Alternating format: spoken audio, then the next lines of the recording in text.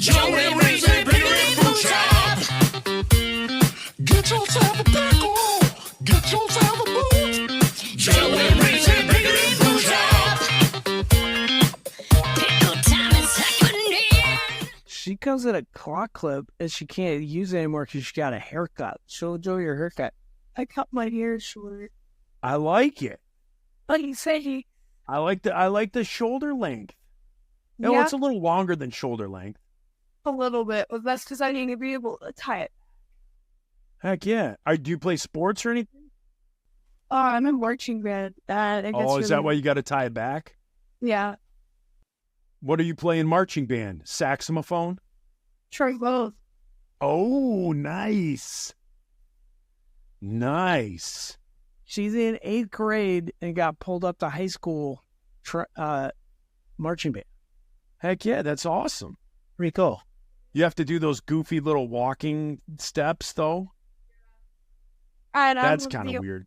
Like the heel to toe thing, that's kind of weird. Yeah. She's the only trombone. The Oh, other are you trombone serious? is the drum major. He's like a junior, and he can't play trombone because he has to do this. Yeah. He can't do it with the trombone. He should. Small town. Small. He should. You know what he should do? He should play a valve trombone And then have the thing. See? That's what I do. I solve problems. There is one kid in there, kid with a euphonium. A euphonium, I'm told, is a valve trombone. Here's one. I know. Plays the same. I would think a euphonium is a euphonium.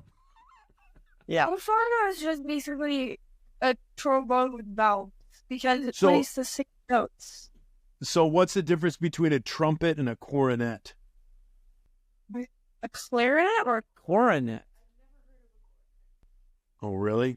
See, Al Brown and the Insiders played a cornet, not a trumpet. Yeah. I don't know the difference. Who's the guy that played Feel So Good?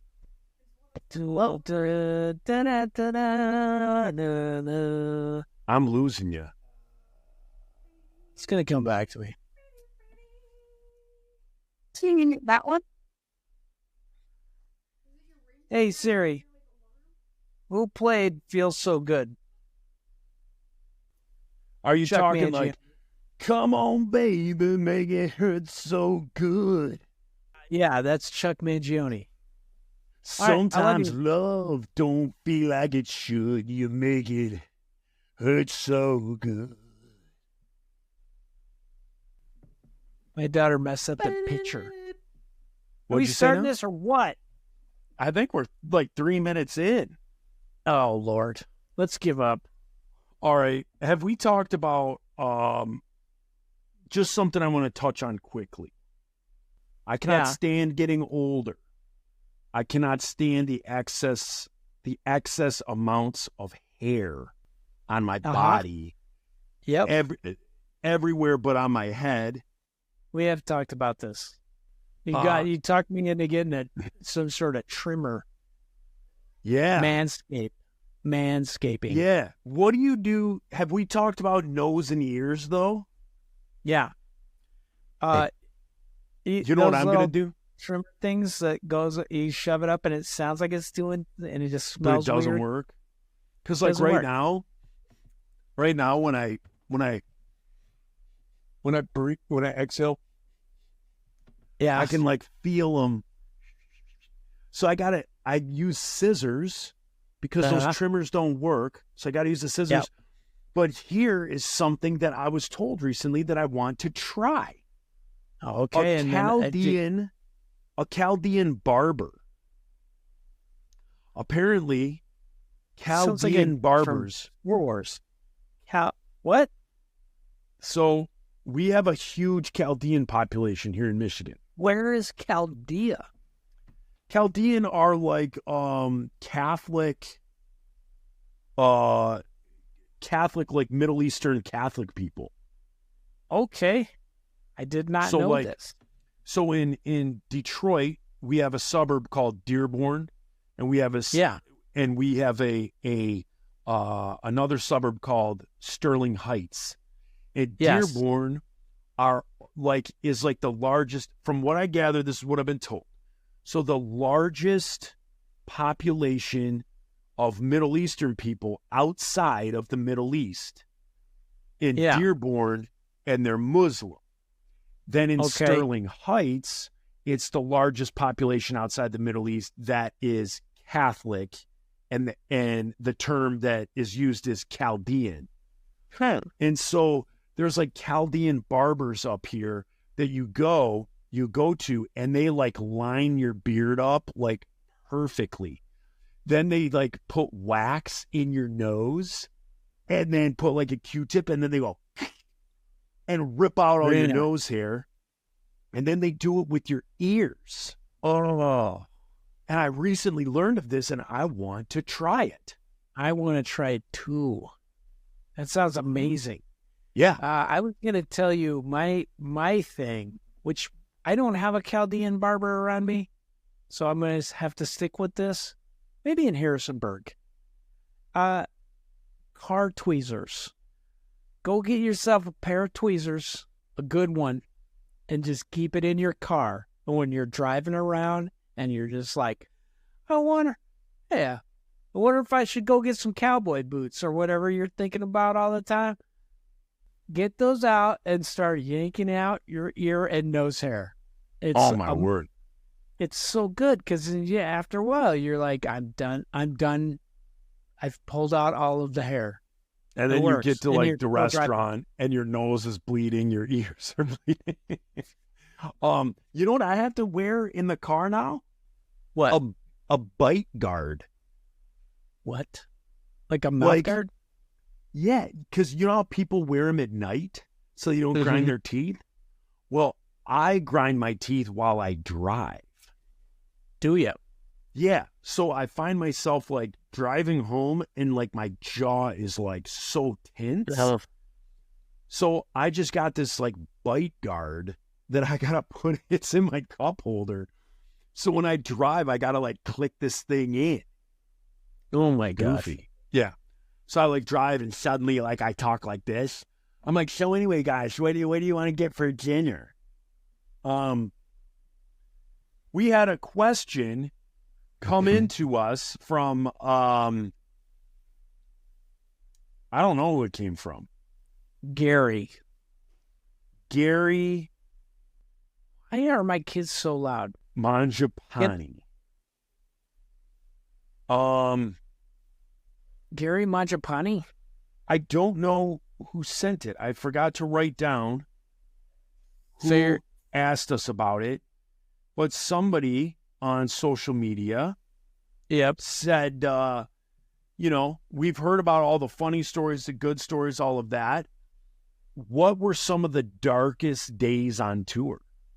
Do you have some horrible stories? Now, here's the thing. Here's the thing. Right off the top of my head, I don't. I remember guys in the band, like I remember like Bram's grandfather passed away. I didn't have anybody pass away while I was on tour. I didn't have breakups on tour. I didn't have, like, a bad day for me might be like, oh man, like we blew a tire. Like we blew a tire on the bus, or the PlayStation broke. So like I wouldn't consider those dark days, but I do know that you had some difficult ones because we were on the Holy Roller tour for one that I remember. Yeah. And if you don't want to talk about these, you don't have to talk about them. But we just had a listener question that what were some of the dark times on tour? Because I think what people don't understand, or maybe they do by now at this point in their life, is like when we were 17, 18, 19 years old out touring, you could have just gotten in a fight. Like me and Kyle could have just gotten in a fight. You could have just been given the worst news. You could have diarrhea, food poisoning, all these things we've talked about on the show, but when the curtain goes up, you can play a show. You got to play a show. Like, you know, the old cliche, like the show goes on. The show must go on. And it doesn't matter how you were feeling for that hour. You got to throw that smile on. You got to jump around. You got to say all the stuff like, yeah, come on, you know. And then after you get off stage and you're just as broken as you were before, you know, and nobody in the crowd is any the wiser. Like, did you have any of these that you would want to talk about? Yeah. I mean, like, so what you're talking about on the Holy Roller tour, my grandmother died. My mom's mom died. She had been sick for a while, but not like sick. She was on dialysis for a couple of years, and then she had a heart attack, and then, you know, she passed while we were on the tour. And the way we used to tour, you didn't get days off. Like, there was no days off. Right. Every once in a while, you get a day where you had to drive so far they couldn't book another show. But usually it would be like you'd play a show to pay for gas at least for that thing. So you'd be like halfway in between Denver and Omaha. There was some goofy Nebraska town, and you'd play at their youth group, and they'd pay, you know, whatever the gas was. And you'd get a place to stay, and they'd feed you. But after a while, it was not worth it because you just were so beat down and tired. We'd do three tours like that a year. I don't know for you guys, but it would be like three month tours, and like in between you get like two weeks off. Yeah, 2 weeks off. And then somewhere in there you had to be writing for an album. 5 Minute Walk was like a machine about you got to put out an album every year. So we just didn't get breaks. And then I remember my grandma died, and I was just like,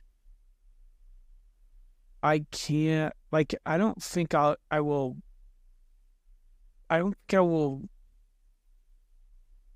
stop regretting this if I don't go to her funeral. So we were in the middle. I know it was like Nashville was one of those shows. There was like 3 shows. But Justin McRoberts was out with us, and he's the only dude I know who can sing in my range. So I was like, hey man, I gotta ask you a favor. And he did. He was like, okay, I'll try it. And Five Iron played like karaoke. They got like fans to come up and play. Did you guys headline those shows? I can't remember that.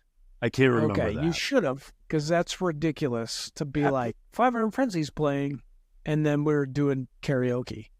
But that kind of goes with the whole 5 Iron thing. Like people nowadays that went to that show probably aren't like, yeah, you know, it was awful. Like Reese wasn't there, and the Insiders headline, which is understandable. No, those people were all like, dude, it was awesome. Reese wasn't there, but the show was still great. They did karaoke. Justin McRoberts did. I think that is what happened. I don't remember us doing headlining, but I will say this: that's not what I was alluding to. I thought, that's not it. No, I mean, we did go out. My fiance breaking up with me? No, not that either. The photographer, your photographer friend from Concord, the guy who had those tumors all over him. Yeah, that was on the same tour. I believe it was. Holy hell, dude! He went in for surgery. Yeah. To have the tumors removed, and he didn't make it. And I remember, you know, obviously because you guys in the W's were like, obviously you guys were on 5 Minute Walk. You guys were close with him. You know, he took a lot of band photos and stuff. I met him one time. You know, that was it. Just met him one time. But I remember that happening on tour, and it took all of you guys out. And that was like one of those things where we, you know, it was you guys, W's, and us, and it affected you and the W's. So we're just kind of like, oh yeah, man, I remember that guy. I remember, you know, because we played that Warehouse, or what was it called, the Crush or the Push, or the Scream, SCREEM. That was the building that 5 Minute Walk was in, and the church kind of sponsored 5 Minute Walk. It had meetings there. Frank would do shows. So, yeah, man, that guy. So Matt Estrella, I'm not mispronouncing his name. It was pronounced Estrella. He had this disease called neurofibromatosis type 2, von Recklinghauser syndrome.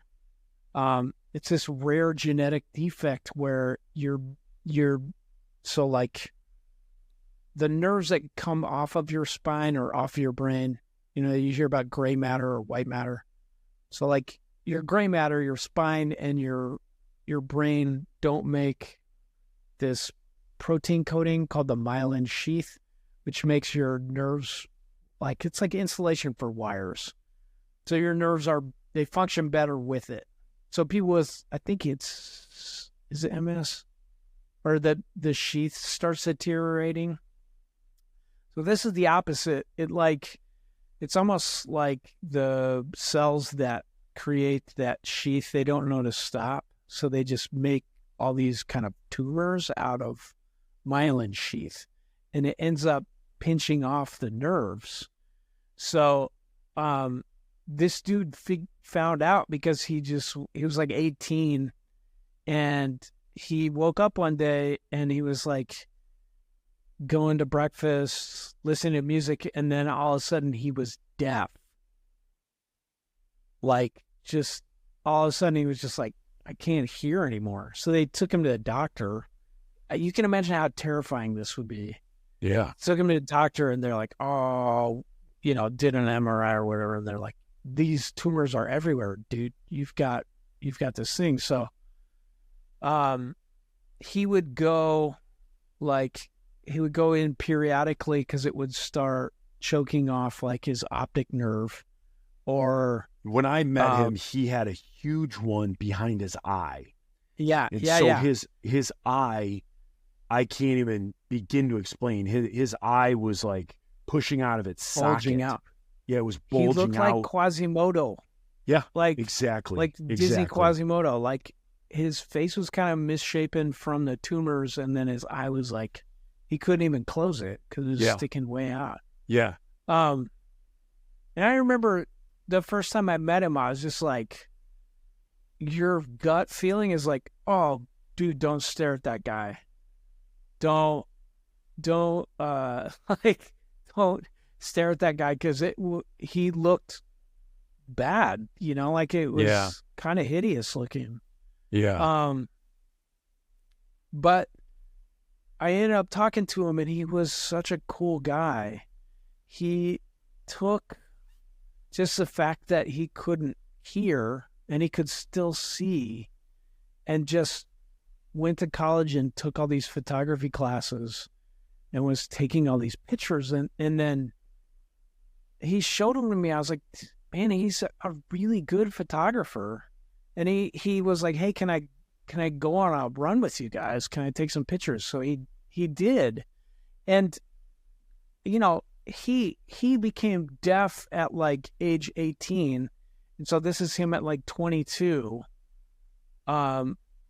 We're the same age. He was the same age as me, and he hadn't really gotten sign language down, but he could read lips okay.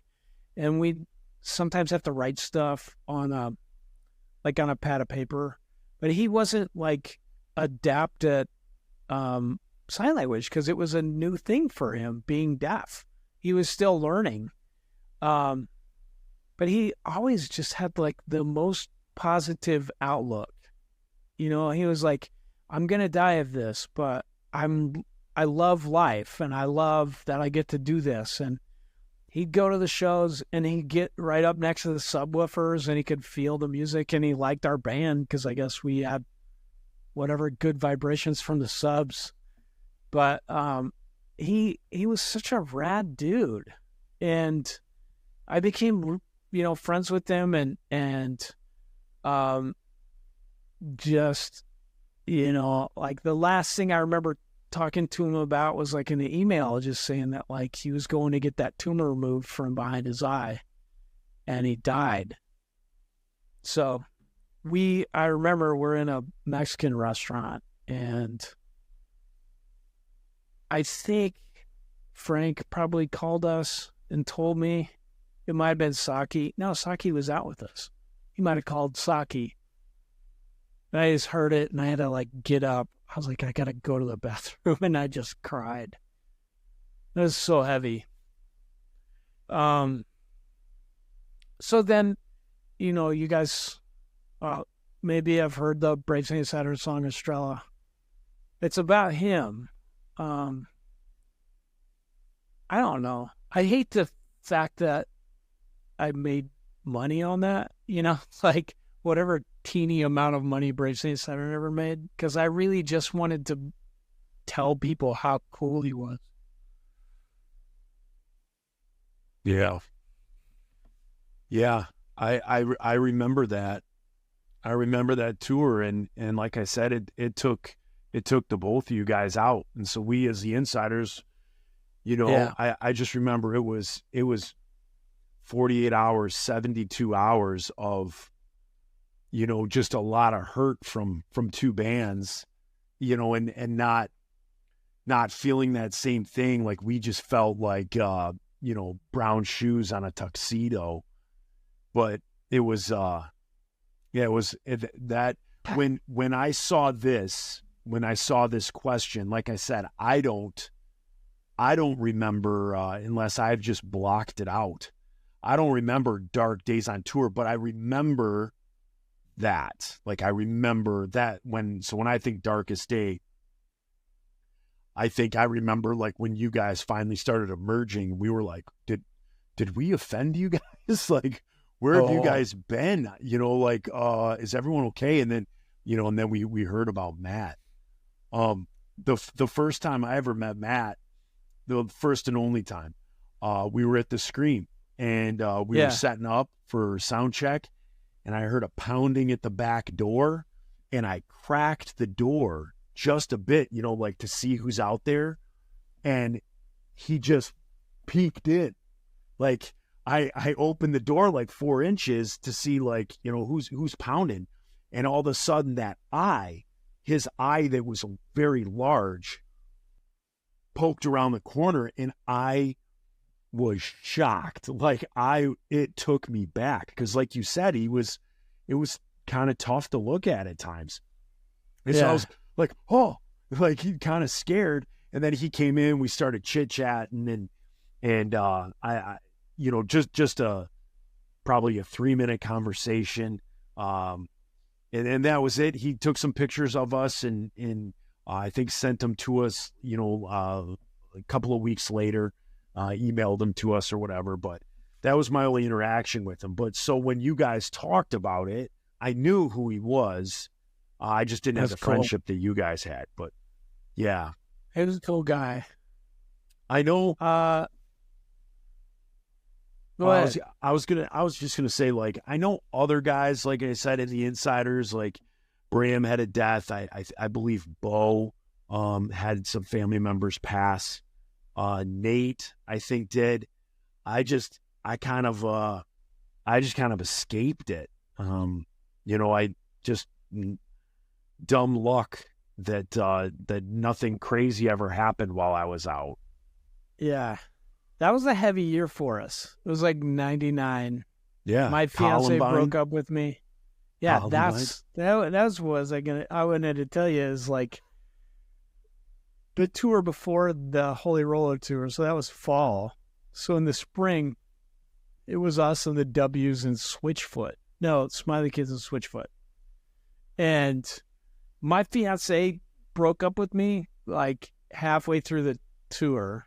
Like we were going to get married at the end. just called it off with no reason. So there's 2 Brave Saint Saturn albums. Like we got to Nashville. In Nashville, it was for GMA week. You guys got a dove that year? Yeah. That's your year. Yeah. That's your year for Jigsaw. But like for us, like we were pretty content with the fact that we knew we would never get one. We just went to this because our record label told us to. Because Frank, we didn't, you know, like, we didn't get it for Jigsaw. We got it for Awesome God. That was also the that's same right, year man. that Rich Mullins died. So I think we just kind of got it for him. I think your version is better. No, but like, so where the Grand Ole Opry is now, the Ryman Auditorium, is where they had the GMA.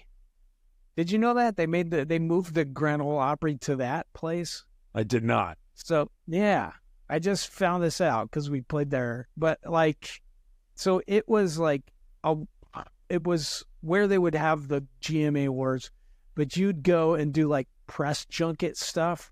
So you'd go into a room and there'd be all the magazines and radio stations, and they would ask you questions. And you would do that. And there was probably like 4 or 5 stops. Did you guys have to do that? Where you go to all those and they'd be like, Yep. hey, what are you playing next for this? And like, they didn't give a rat's ass about our bands. Like, No. If you it weren't was all about the like Stephen the Curtis Newsboys Chapman, and Amy Grant, you know, yeah. So we're sitting there in between these things, and we hate it. We have a show that night, so we're just like, I want to go sleep. I want to get ready for this show because this sucks all day long. You would get some free stuff, like you get K-Love pens or like a lanyard, and you'd be like, this is enough. I'm done. But I remember somebody coming up to Micah, and it was somebody. They just came to our band and they're like, hey, aren't you guys from Denver? And we were like, yeah. Thinking this is another press. Yes, we are. And they're like, you better turn on the news. And so we're like, what? And they said, there's some school shooting. Somebody's shooting up a school. So we are like, well, that's crazy. Like somebody's shooting at a school. Then it was like maybe the first tour we had cell phones, or some of us did. I think we had a pager. Somebody is paging Keith and being like, call us. And we call, and they're like, hey man, you got to turn on the news. So we turn on the news, and then somebody let us use our hotel room. Like one of these press people were like, oh yeah, I got a hotel room. There's a hotel adjoining this thing. So we went in and we were able to turn on the news. And I just remember like being in there, and Micah was in there, and it was just like, oh my God, that's where my sister goes to school. And then we were just like, oh my God. And Micah's calling his folks. He's like terrified. Just like, where's Amy? I don't remember if one of us had a cell phone or if Micah had a cell phone, but it was about 2 of the heaviest hours just of like sitting there waiting, just terrified. Because we all, you know, like we are banned before 5 Iron Exhumator and 5 Iron. We practice at Micah's house. Like Amy was like a kid sister to us. We all loved Amy, and we were all just like, oh my God, Amy's in that school. And we found out like through phone calls that his parents didn't know where she was. So she was one of the kids that got locked in the choir room. Choir teacher just was like, push all the desks against the door. They could hear Harrison Klebold like going through the halls shooting. And so her teacher, I think, had them just barricade the door with stuff. and then hide in a closet. And I think, I could be just pulling this out of my ass, but I think they got through the door, but didn't go check the closet where all these kids were hiding. Super heavy. So she made it, but it was, that was like, then after that, we had to play a show. And Right. we were just, I was done with Nashville. Like I was done with corporate Christian rock. So the whole show was just like, it was like Rage Against the Machine. Like I was just like, okay, this song is about Yeah. how you guys are raping people figuratively with your fake Christian message. And then like I do remember like halfway through the set, like the band just kept looking at me like, oh my God, what is he gonna do next? And I was just like, we're done singing. We're gonna sing some praise songs, and we're gonna pray for this town and this industry because it's so corrupt, and everything that I've seen today is so vile. So we did that. We were not invited back. Yeah. Man. Yeah, Well, those were heavy days. yeah, definitely a heavy topic. I know we joke and we laugh, we do all that stuff, and those are the things we don't like to think about. We don't like to go. We like to think of all the funny stuff and crazy stuff that happened. Did I tell you about the day my fiance broke up with me? We saw Wow. a guy die. No, I want to hear more about this. It was the same year. So my fiance, Christy, like we'd been dating like 2 years. I proposed to her. She was going to Mexico to be an exchange student. So she went, she went, but like we're engaged. We had set a date, and she's like, hey, can you do this stuff? Take care of this stuff. I went with her. She picked out a wedding dress. I had picked out a tuxedo. We'd picked out where we were going to get married and stuff. And all I had to do was like, hey, I'm going to email you with like, is this a good idea for a honeymoon? This kind of stuff. Like, what do you think about if everybody brings appetizers? That kind of stuff. No, So one day we're in somewhere in Kansas, man. It was like in the middle of nowhere. so Switchfoot Kansas. and us. Yeah. It was not even like Wichita. It wasn't even like off-brand Kansas. It was middle of nowhere. Playing at some university, Switchfoot and the Smiley Kids. And I got her on the phone, which was impossible because she in Mexico, like the phone service sucked. And I'm calling this host family, and she'd be like, Cristina es no la casa. So you'd be like, okay. I'm like, yeah, I'm the boyfriend. Tell her to call. She never did. I got a hold of her, and I'm like, hey, she just seemed off. And I'm like, what's up? You seem like something's got you. And she's like, I don't want to get married. And I'm like, whoa. Okay, do you mean now or ever? And she goes, I think ever. No, like, can we talk about it? Like, can we figure this out? I'm like, what? Why? And I never figured it out. I still to this day, like, every 6 months or so, that just pops in my head while I'm sleeping. Like, what did I do wrong? Why? It's still in there. Anyway, Well, I got her talking about it. So we would like, she'd be like, yeah, you can call me. I think she felt bad. I have no idea why. Hey, like everything is speculation, but I know that like we played in like near Harrisburg, Pennsylvania for Kurt, the guy that put on Purple Door.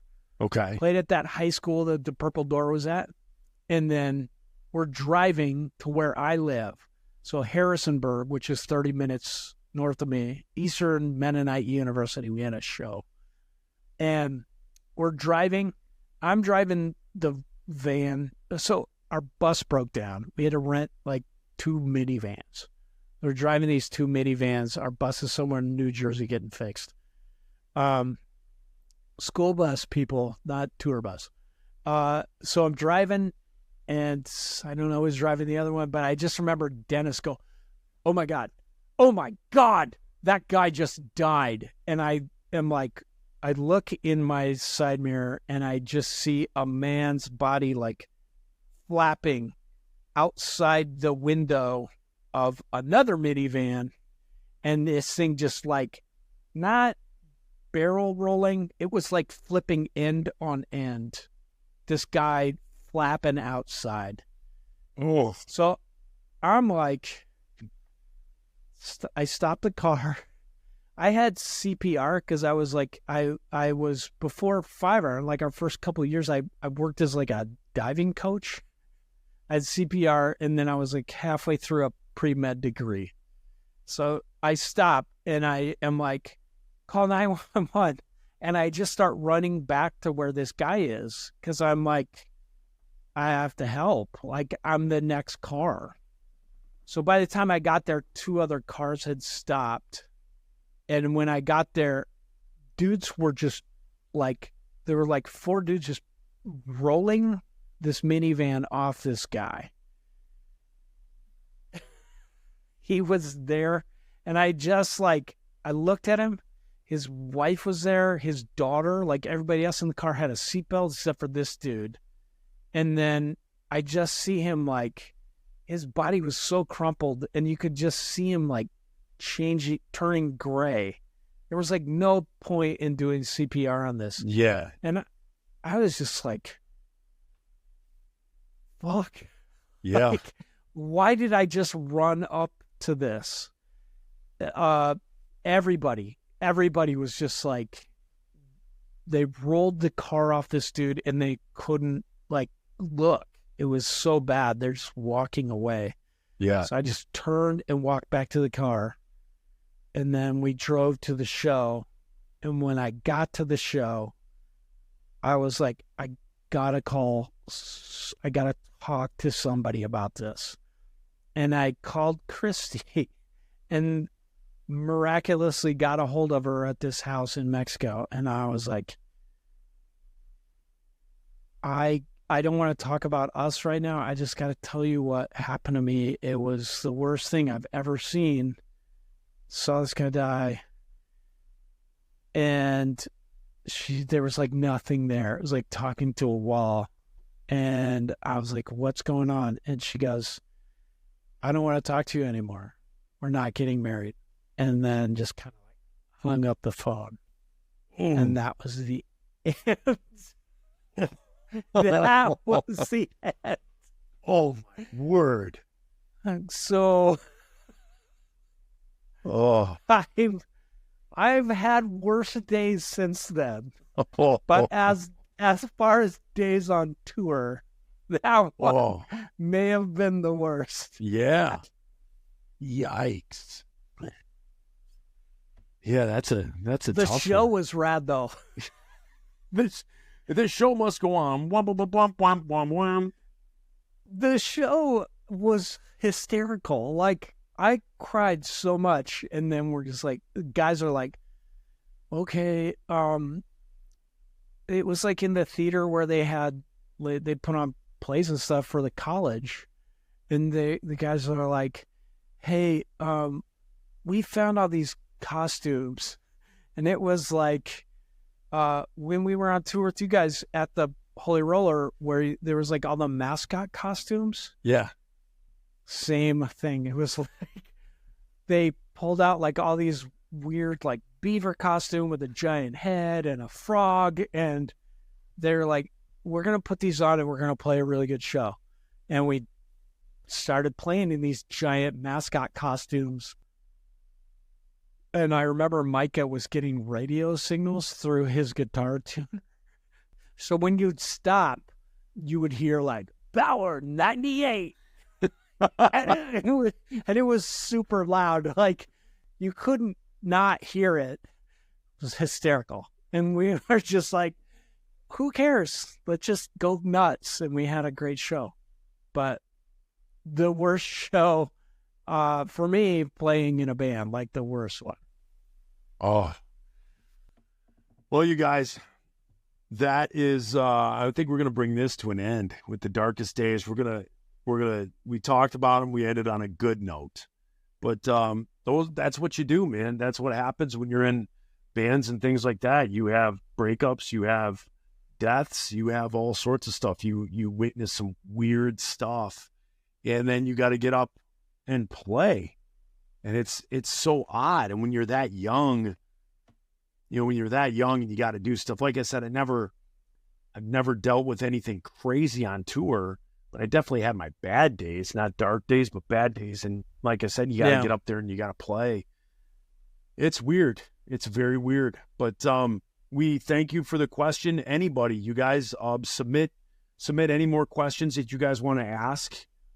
Anything. We'll do our best to answer it. And we just want to continue to thank you for being Patreons. And we will be switching up in November. So there's about a month left, a little over a month left of this format. And then of the crappy old format. And then it's going to go new stuff. And if you are not a $5 supporter, if you're more than $5, or if you're less than $5 or whatever, it'll be changing. Your $5 will probably stay the same. But if you're anything else, you will be asked to pick something different if you choose to do so. So we thank you guys. You guys, obviously, this is the paid portion, so you guys do support us, but try and get others to listen. Try and tell other people just to give us a like. We got away from that. I know it's something that you guys probably know by now, but it's an algorithm thing. And so if you can give us some good stars and just some feedback, it just helps tremendously. So we thank you so much for each and every moment that you spend with us and that you listen to us. You invite us into your car, into your homes, into whatever. And I think we have a rad community. The more and more that I just look at the discussion page, it is so cool. And it's so cool that it's branching out and other people are doing other stuff.